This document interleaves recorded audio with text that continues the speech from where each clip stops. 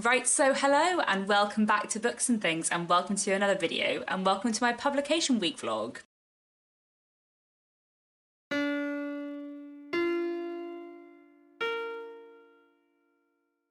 So this week is publication week for my new novel, The Trouble with Mrs. Montgomery Hearst, which is very exciting. And I have lots of exciting things going on this week, so I thought I would do a publication vlog week. So today I'm going to be going for afternoon tea with my editor and my agent, which will be really, really nice. I'm really looking forward to that. And I might try and see if I can go to any bookshops on the way and see if I can spot any early copies of The Trouble with Mrs. Montgomery Hearst out on shelves, because sometimes bookshops do put out a few days early. Then on Wednesday I'm going along to Goldsborough Books in the morning to sign lots of copies, which will be really fun. And then in the evening I've got my book launch, which I'm really looking forward to. Lots of friends and family, including a few booktube friends, are going to be coming along to celebrate the book coming out, so that'll be really exciting. So I'm actually doing the launch party the day before publication day this year, because on publication day on Thursday I'm actually heading off to a literary festival, and I'm going to Harrogate Literary Festival this year, which I'm really excited for. So Harrogate is a massive literary festival for kind of crime writing and mystery, which obviously is not exactly what I write, but it's something that I really enjoy reading, and a few of my friends have told me that Harrogate is just massive fun. So I'm going with a few friends, and I'm really, really looking forward to it. I think it's going to be really fun, and I also thought that's quite like a fun bookish thing that I'm doing this week, so I thought I would vlog a little bit of that as well, and therefore this will be a bit of a publication week vlog talking about my novel, and also a bit of a Harrogate vlog talking about lots of other people's novels, but I thought that might be quite fun to kind of put all together, because it's going to be a very bookish literary week, and I'm very excited about that. It is also currently Jane Austen July, and I will probably be reading some Jane Austen related books this week as well, so you'll probably see a few reading clips too, but I thought this might be a fun video, so do stick around and I'll take you with me this week, and I think that's all for now.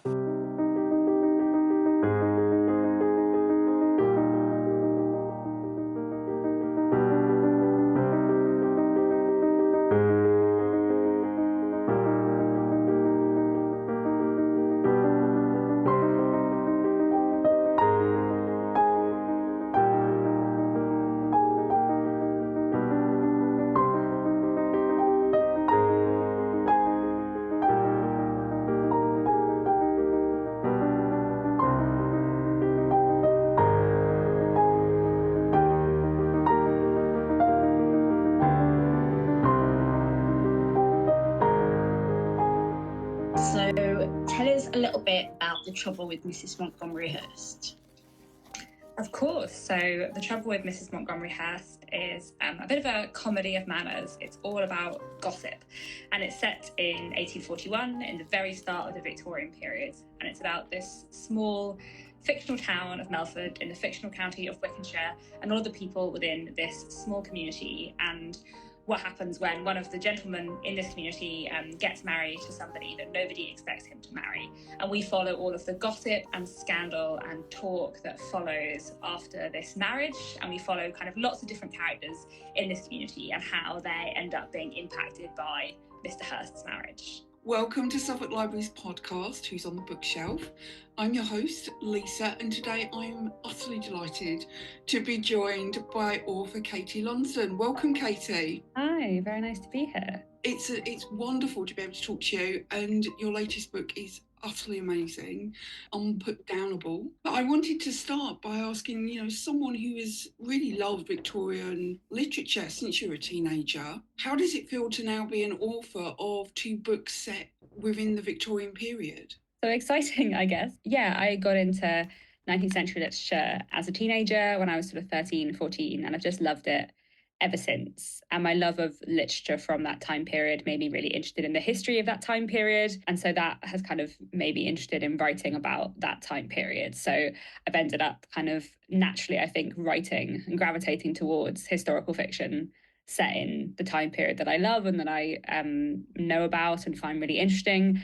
And I also do feel that I have been very inspired by a lot of the 19th century literature that I love, and that has kind of, impacted the way I write and the themes I write about. And I kind of like the idea of writing in conversation with older books, but also hopefully doing something different and new as well.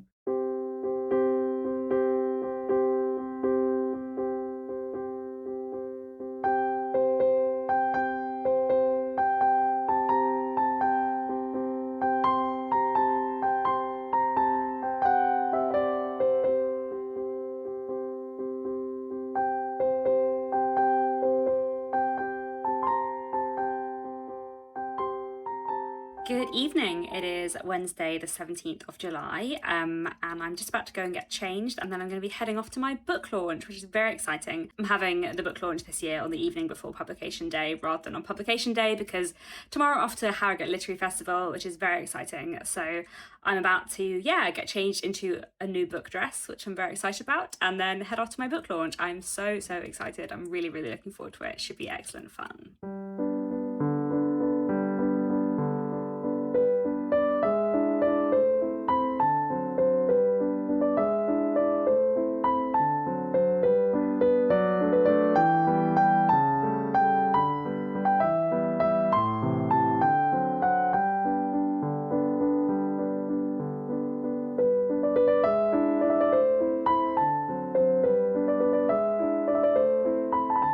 I wrote the first draft of this book long before I even had the idea for Hartwood Hall, and I've been working on this one on and off for about 8 years.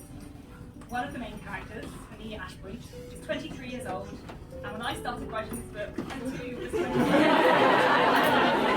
Very much not 23 anymore. In fact, I'm now the same age as Mr. Montgomery himself.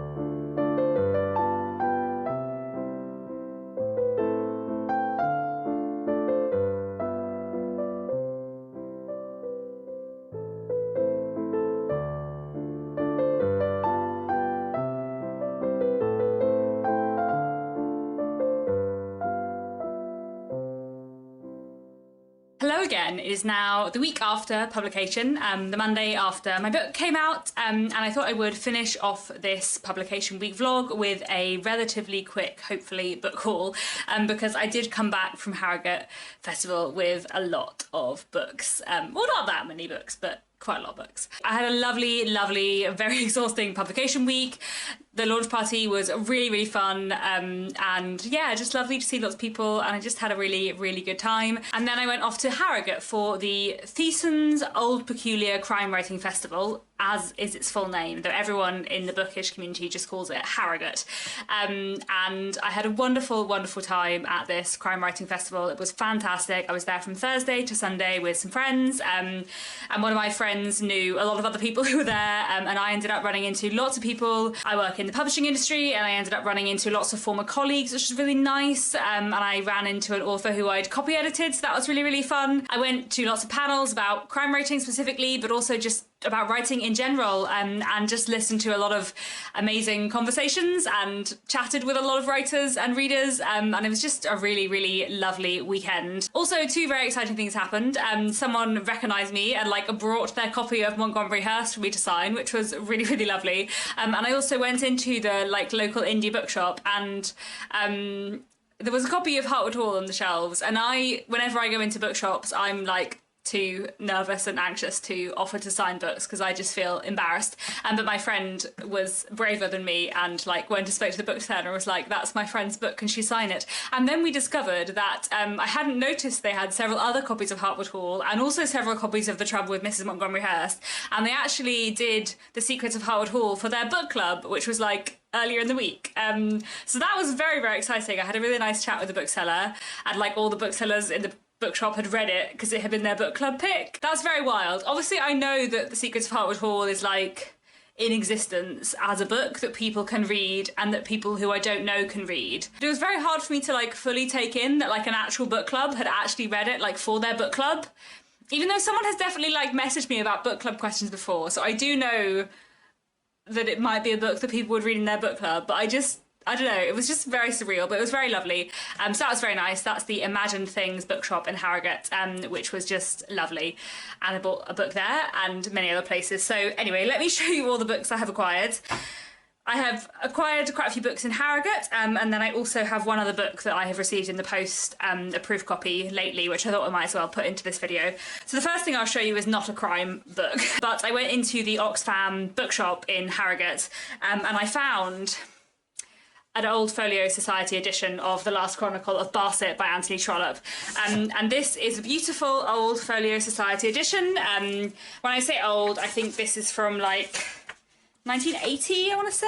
Let me check. Yeah, so 1980, the last book in the Barset Chronicles, and it was only like $7.99, and it's really beautiful, lovely condition, and you know, I love the Folio Society editions of the Barset Chronicles from the 1980s. They've got like a map of Barsetshire in, and I think especially because like the Barsetshire Chronicles have been such like a massive influence on Montgomery Hearst as a book, like it was just very exciting to like find a beautiful edition of this in publication week. So I already have The Small House of Allington in this edition, which is the 5th book in the series. I found that in another secondhand bookshop last year. Now I just need to find book 1 to 4 in the series in this edition. Maybe I will, that would be really nice. Anyway, and then I have come home from Harrogate Crime Writing Festival with a big stack of crime books. I am not going to spend too much time talking about all of these because I don't want this video to be too long, and I don't know that much about some of these. So in the like goodie bag that you get if you have a certain kind of ticket for this festival, I got these 2 books. So this is a proof copy of Dead Behind the Eyes by Ian Moore, which is coming out in November. This is about the investigation into a crime when a dead body washes up on the banks of the River Loire. This is the latest book in the series, and it sounds like it might be too dark for me. I feel like I am getting to know where my line is with crime thrillers, so I might not read this. I might pass this on to a free little library or something like that, but maybe I'll read the first chapter and see what I make of it. And then I also got a finished copy of this. This is The Detective by A.J. Chowdhury, and this is about a detective solving a case when a tech entrepreneur is found dead on a construction site, and then they also find 3 skeletons over 100 years old. So there's like a historical element, I guess, or investigating a very old crime element to it. I think this might also be the continuation of a series, but I also feel like that premise intrigues me more, especially the finding of bodies from over 100 years ago, so maybe I will read this.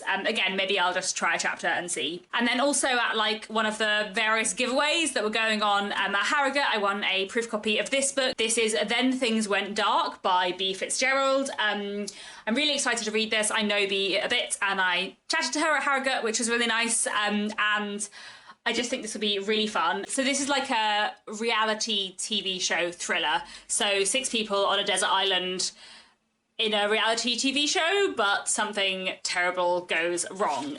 So I think that sounds very intriguing, and I feel like this is going to be my level of dark versus not when it comes to crime thrillers. So I'm really looking forward to this. I think this will be great. And yeah, hopefully I'll read this soon. This is published by my publisher, Michael Joseph, as well. It's always nice to read other books from my publisher, so looking forward to that. And then I have the 4 books that I purchased, one of which I got at the like local indie bookshop, and the other of which I bought like at the bookshop area at Harrogate. So at the local bookshop I bought this. This is Midnight at Malabar House by Vaseem Khan. Vaseem Khan is a great writer of historical crime, and this book is set in India in the 1940s, and it's about a detective who is the first female detective on the Indian police force, solving her first case. This is the start of a historical crime series, and I'm really, really excited to read it. One of the talks I went to was kind of in conversation with Vaseem Khan, and it just made me super keen to read his books, which have been like vaguely on my radar for ages. And he just seemed really nice, and I really liked everything he had to say, so I'm just really excited to read this. I really enjoy historical crime fiction and historical mysteries especially, so I'm hoping I will really enjoy this one. Talking of historical crime, I also picked up this. This is Harlem After Midnight by Louise Hare. I've been meaning to read something by Louise Hare for ages, and this novel sounds amazing. It's set in Harlem in New York in the 1930s. It looks at what happens after a woman falls from a second-story window, and I guess kind of what led up to that, and whether or not she was pushed, I guess. I'm really intrigued to read this. I've been meaning to read something by Louise Hare for ages, and I really enjoy classics from the Harlem Renaissance, so I think it'll be really fun to read some historical fiction set like during the Harlem Renaissance period, so I'm looking forward to this one a lot. And then I also picked up this. This is You Don't Know Me by Imran Mahmood. I ended up briefly meeting and chatting to Imran in the bar because that is what happens at Harrogate. There are just authors everywhere, which is really fun. And one of my friends who I was with was telling me how much she loved this book, and I've been vaguely aware of the book and the author kind of from Twitter, so I thought I would finally pick this up. So this novel is kind of an unusual crime novel in premise and form, because the whole book is like a closing speech at a criminal trial from the person who has been accused of a crime. And I just think that sounds really, really interesting, so I'm looking forward to reading this one. I think it'll be really great. And then the final book I picked up at Harrogate was The Seven Deaths of Evelyn Hardcastle by Stuart Turton, which, you know, I'm very late to the party on this book, but I've been hearing amazing things about it since, I guess, 2018, and I haven't read it yet, and it sounds amazing, so I thought I would get this. This is a very, like, concept-led murder mystery crime thriller where I think the main character, like, wakes up in a different person's body every day and, like, repeats the same day when Evelyn Hardcastle dies in order to, like, try and solve the mystery. I just feel like I'm really gonna enjoy this. I do enjoy a, like, repeating day concept, and the waking up in different people's bodies concept is really wacky, so I feel like this is going to be really fun. And then finally, the last book I wanted to include in this video is a book I have been sent for review, which I haven't unwrapped yet, though it came like a week ago, 2 weeks ago, because it's in really beautiful paper, and I wanted to show you the beautiful, like, paper that it is wrapped in. But let me actually unwrap the book and show it to you. So this is The Woman in the Wallpaper by Laura Jones. Very, very beautiful proof. This is out in February 2025. And it's always very nice when I get sent a proof that isn't out for ages, because I feel like that means I have lots of time to actually read it. And I'm excited for this one. It's set in Paris in 1789.